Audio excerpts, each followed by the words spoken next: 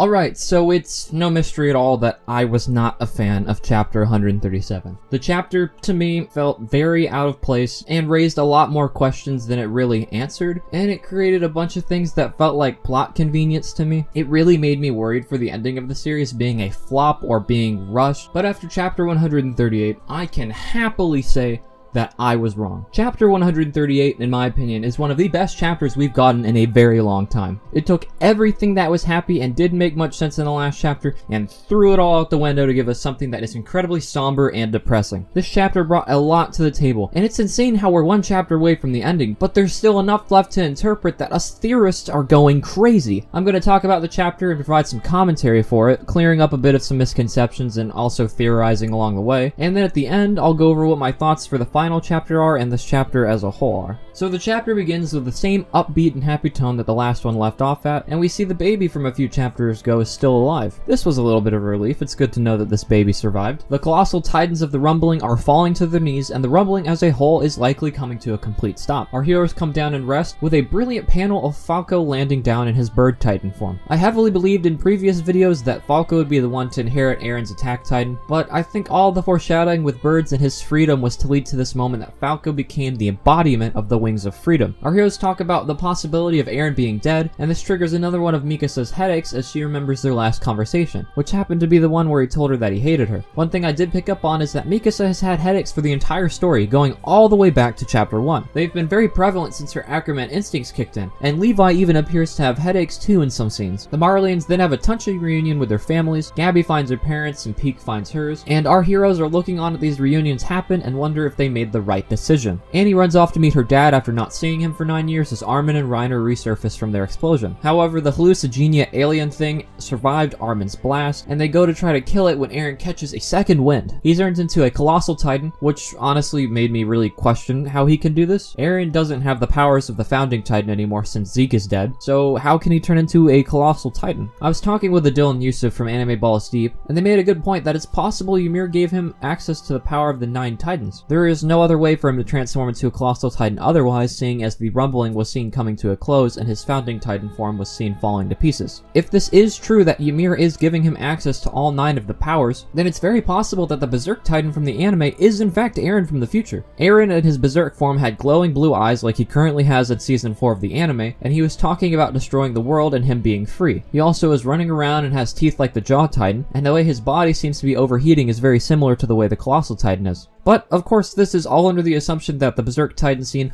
wasn't just made to make the season end in a cool fashion, and it actually is canonically important, because there is a tiny little bit of foreshadowing in the scene as well, as Annie's right arm flies towards Erwin, and he later loses his arm next season. Anyways, the gang all realizes that if the hallucigenia alien thing touches Eren, the rumbling might start up again, so they formulate a plan to stop this. Levi notes, though, that they probably can't kill it, so they rather should go after Eren instead. Mikasa asks how did it turn out this way, while having a headache again. Very similar to how she asked herself back in chapter 123 how things turned out this way, and when Eren started to change. The alien starts to emit gas from its body, which is similar to the gas created from Zeke's spinal fluids earlier on. We actually surprisingly get to see Marleyans and Eldians work together, which does confirm my theory that the rumbling would be enough to pull the two groups together. Annie is about to have a reunion with her dad when the smoke overtakes the area. Levi instantly notices what this is because Connie helps them all realize that this is in fact gas similar to Zeke's spinal fluids. Because of this though, they have to leave behind Jean and Connie since they aren't Titan Shifters or Ackermans, and they don't want them transforming on them and eating them. What actually made me really sad, which is probably a little bit of a personal take, is Gabby being left behind. I know the entire community seems to not really like her, but her development in the manga from a brainwashed child to someone who's understanding and helpful to those around her was nice. I enjoyed it. It's really painful to see Falco screaming in pain as he knows that he's going to lose the person that he loves. And this is where a misconception I've noticed comes from as well. People seem to think Falco's scream turns everyone into Titans, but it doesn't.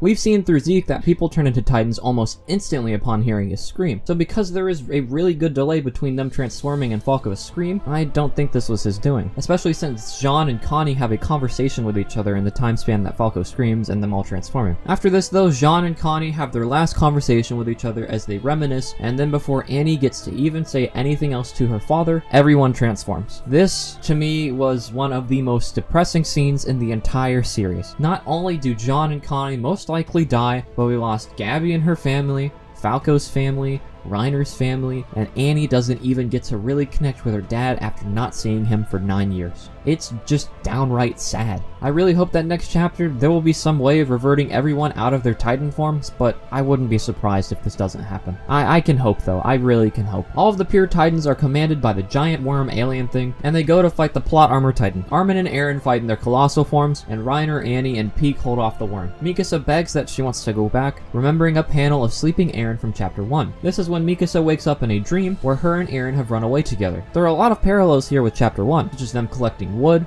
one of them waking up and crying, and it even is very similar to Eren's dream of her bidding him farewell. Mikasa knows she shouldn't be here, as she even notes herself if it's okay for her to be there. Eren recaps for us that there, in this timeline, Mikasa answered him truthfully. Eren notes that they haven't been away for very long, and that they should live out their last 4 years in peace and quiet. He also tries to get her to get rid of her scarf, so that she won't be bound to him when he dies, and at that moment his face starts to return to that of a Titan shifter. Before we go on though, let's talk about this vision Mikasa has. What is it? I know Adil and Yusuf and a bunch of other people think this is an alternate reality where Eren didn't do the rumbling, but I really don't think that's the case. In chapter 121, we see that the only reason Grisha was able to eat Frida and get the Founding Titan was because of Eren's influence. He was able to see Eren's memories from the future, and Eren talked him into going through with it. Grisha would not have done any of this otherwise, and for Eren to do this he had to come into contact with Zeke to commence the rumbling. Meaning if Eren didn't come into contact with Zeke to activate the rumbling and see Grisha's memories, Attack on Titan would not have happened. Grisha would not have eaten Frida, Eren would not have gotten the Founding Titan, Eren might not even have gotten a Titan period, and this just creates a lot of plot holes if this alternate reality theory is true. Unless this is like Steins Gate and world line convergence is a thing, which is where certain events will always happen, this is not possible. On top of that, Eren appears to die in the vision, prompting Mikasa to say goodbye to him when he mentions to her a little bit earlier that he had 4 years left. This also makes no sense, because why would he die in like 5 minutes after he just said he had 4 years left? So this definitely leads me to believe that this is not actually real at all. We also see later on that Eren in this cabin world looks exactly like how Eren does right now, except he has shorter hair. It's no coincidence either that after Mikasa sees this dream, she knows exactly where his position is. The Founding Titan can't alter the memories of Ackermans, which actually could be the reason she has headaches. It's failed attempts at trying to alter her memories to make her forget about Eren. But anyways, I think this vision she sees is what Eren wished had happened, or rather how he dreamt things would go. That's why Mikasa feels she shouldn't be there, because this is in Eren's head. She gets access to his mind and how he wishes she told him the truth, because if she did, then none of this would have ever happened. So her memories aren't being altered, she is just being shown a vision of Eren's dream through either Ymir or through Eren, which either way is being shown to her through the paths, which we have seen that Mikasa can interact with the paths as she has been brought there before. This is how it all links back to chapter 1, because either Eren or Ymir sent these memories and dreams of him way back to when he was a child. It's also possible that the Lost Girls manga/anime could be canon in this regard, because in that story, after Eren dies for the first time, quote unquote, you know, she thought that he died, she makes up a reality where he lives to compensate for her not blaming herself, or something around those lines. If this is real and this is true, then Mikasa right here in chapter 138 is imagining a reality where Eren lives and she told him the truth.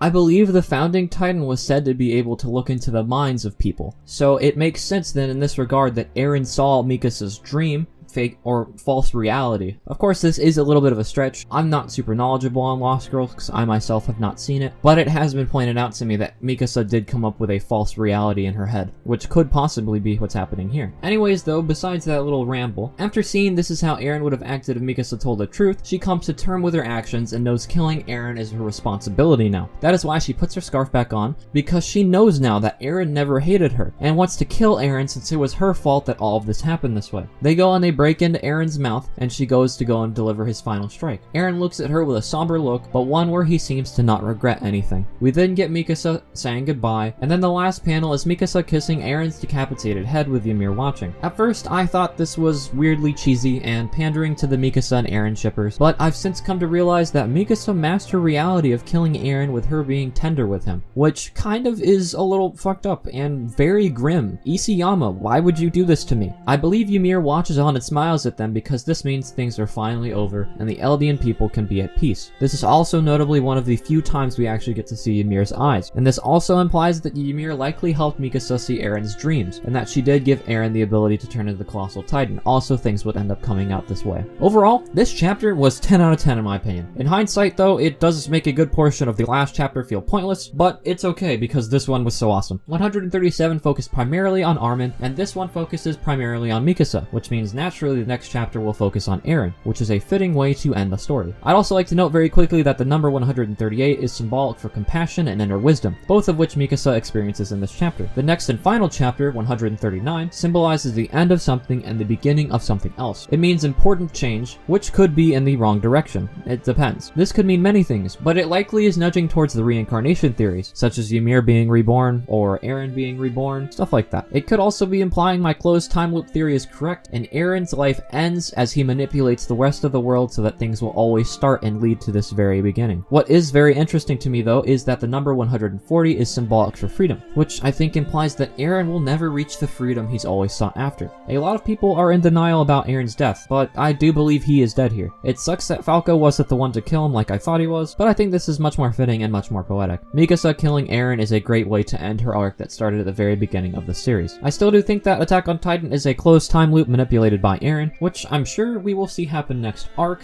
Otherwise, I don't know what's gonna happen next chapter. If you haven't seen my theory on that, there will be a card on the screen and a link in the description. Overall, I'm really happy that I ended up being completely wrong. This was a great subversion of my expectations, and I cannot wait to see what the next chapter looks like. This is it, boys. This is it. We are in the end game now. I would just quickly also like to thank my patrons, which is Svigar and Matt. You guys both rock a lot. Thank you so much for supporting my dream. Until next time.